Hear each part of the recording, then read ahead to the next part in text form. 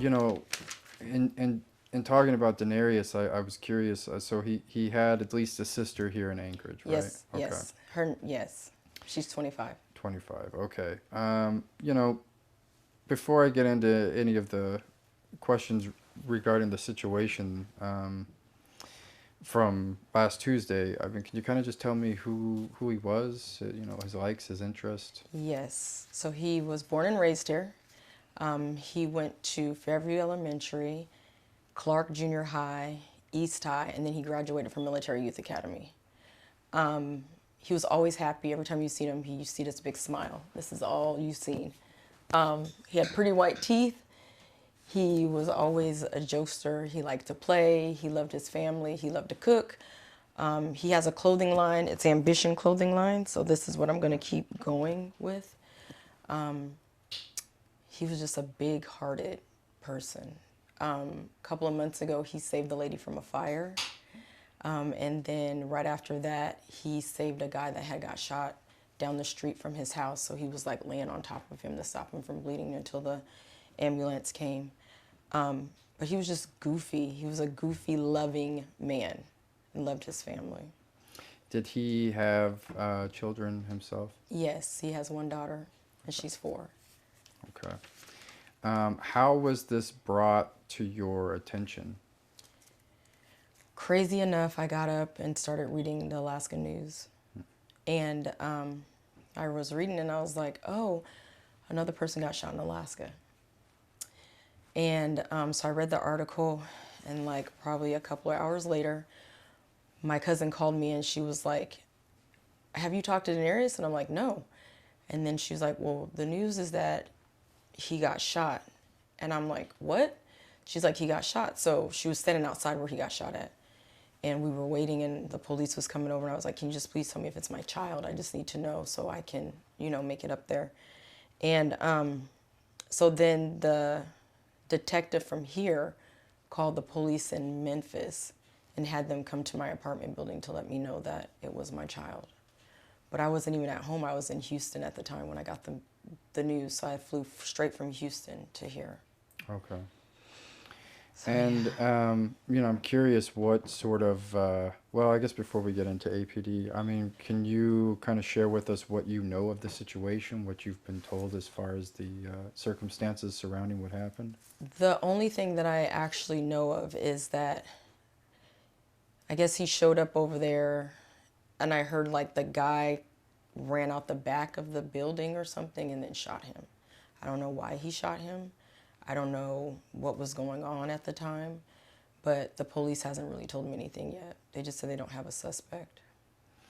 And that was my other question is what that communication with APD has sort of looked like at this point. So I'm talking to Officer Baker, and he's just keeping me in line with everything. I called him a couple of days ago, and he said they still don't have a suspect. So I don't know. But he said that they're going to be working on it. Yeah, and I checked in this morning. I haven't heard anything yet, but that was one of my questions to kind of check in with APD to see if they had, because Rachel and I both actually were out there for a good, it was a standoff essentially that lasted well over 10 hours, and then they Nobody was there. nobody Yeah, was there. Yeah, that's the same thing. And my brother stood out there the whole time waiting to see. I don't know. I don't even know how they got the information that he was in the house still. yeah. So I was like, that was 9 hours that you guys wasted. Oh yeah, no. To my understanding, as I've been told, based on witnesses, they thought that was what they based their belief off of, that he was inside based on what witnesses had told them. But I've since spoken to the woman that lives there, and she told me that that she told the police that he wasn't in there, and I don't know, something seems like it didn't quite Fit. go the way it was supposed to or something. Yeah. Yeah, because they said that, I guess where that started, it was in Rocky Mountain Court, and then he ended up on 3rd, I think it is, or 6th. 6th. And yeah. I'm like, what happened? Like, how did he make it from there to there? And then they said like the doors on the car was locked and he was just laying out there. So I don't know if it's true, but they said whoever he was with, some female, she was like giving him CPR until the ambulance came or whatever. But I don't know if that's true either. Yeah, yeah, no, it's we're sort of in the same boat in terms of, we went back to the area and spoke to neighbors and sort of pieced things together a little bit, but Yeah. as to how much of that can be validated or confirmed at this point, I mean, a lot of hearsay. Yes. I realize it kind of goes without saying, but I'm just curious if you can kind of talk us through what you're feeling, what you've been going through in the last, week or so up to present moment. Very, very emotional. But I have support. I have my sister, I have my mom, I have my brother, my cousins, my daughter. I have people out of state that calls and checks on me all the time. I have my good days where I'm thinking, okay, he's in a better place, you know what I'm saying? And then I have my bad days, like I'm never going to see him again. I can't hear his voice again. He left a daughter. Stuff like that. Like I still got to go to the funeral home today to see his body, and I haven't seen that one yet. Just getting all the funeral arrangements together. It's hard sometimes for me to get dressed. And I've never suffered from anxiety, but sometimes when I get ready to go outside, I feel like I can't breathe. It's terrible. I wouldn't wish this on anybody in the world. It's just, it doesn't feel good. It doesn't feel good at all. Yeah, I can imagine. I can only imagine. Where do things, it sounds like things are still in the early stages of the funeral arrangements. Yeah. We're just looking for a church to have it at right now. But everything else is set in stone. Like we have where we're going to have the repast at. So we're just waiting for the church, and that's it. Do you feel as though your interactions with APD to this point, do you feel as though you've been pleased with what you've seen, coupled with what you've heard about how the situation unfolded that day and searching for the person of interest? No. No. I'm not happy with APD. I feel like they should reach out to me all the time instead of me trying to reach out to them. But I've been busy right now, so my mind is not really on that aspect of it. My mind is on my son to get this done with, and then I can go and be level-headed and talk to the police and see what's going on. But I'm going to be calling them all the time. I'm going to do whatever I have to do so whoever did this to my son, they can get charged. Because I don't think it's fair. Well, and that's what I'm interested in. I mean, we've been told that the police do know who the person of interest is. Now, it's this funny line where they won't confirm him as a suspect. They just keep saying he is a person of interest in this homicide. So it's like sort of saying the same thing without actually saying it. And so that's why I was curious. I mean, I don't know.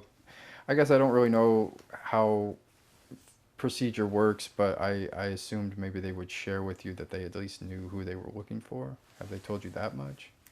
They haven't told me that, but I've also heard the same thing. Like his name, I've also seen a picture of him.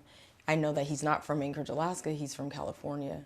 So in my brain, I'm thinking you had 9 hours to run. So I'm pretty sure either you got on a plane, you already went to California, you're in Fairbanks, somewhere like that, hiding out at somebody's house. And if they have you hiding out there, it's wrong. Because why did you shoot him?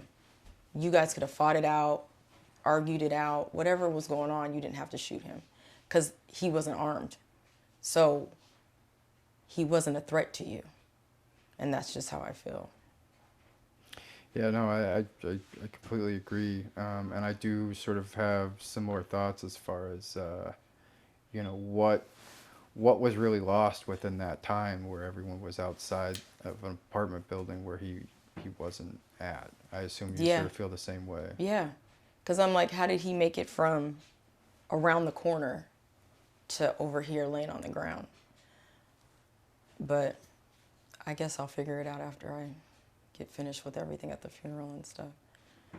But I will be calling APD every single day. I'm not going to stop. And that's where they've left things off with you right now, is that the investigation's ongoing, and they'll keep you updated as they have new information to share. Yeah, like they don't have a suspect, but they'll just keep in touch with me. They've told you they don't have a suspect? Mm-hmm. Okay. That they haven't located one, or they don't have a... They don't have a suspect. Okay. But everybody knows who the guy is. Right. So even the police knows who he is. So I don't know. They can't find him, or they have somebody in interest, but they won't, they won't tell me who he is. But words gets around, especially when it's your child. And I'm just asking, like, if anybody had like a Ring camera or any kind of camera in their house, just to give them the footage to see what really actually happened. So just I can be comfortable at night, because I don't feel like it was right. Is there anything else that you'd like to say that whether it's to the suspect, whether it's to APD, the public in general? I mean, is there anything that I want to make sure that you have an opportunity to say anything that you might want to share that we haven't touched on? Just if anybody knows anything, just step up, because he didn't deserve to die like that. He did not deserve it. And people know that, because he wasn't a bad person at all. He wasn't in trouble. He never went to jail. He was a good man. And for him to go out like that is just, I'm kind of angry.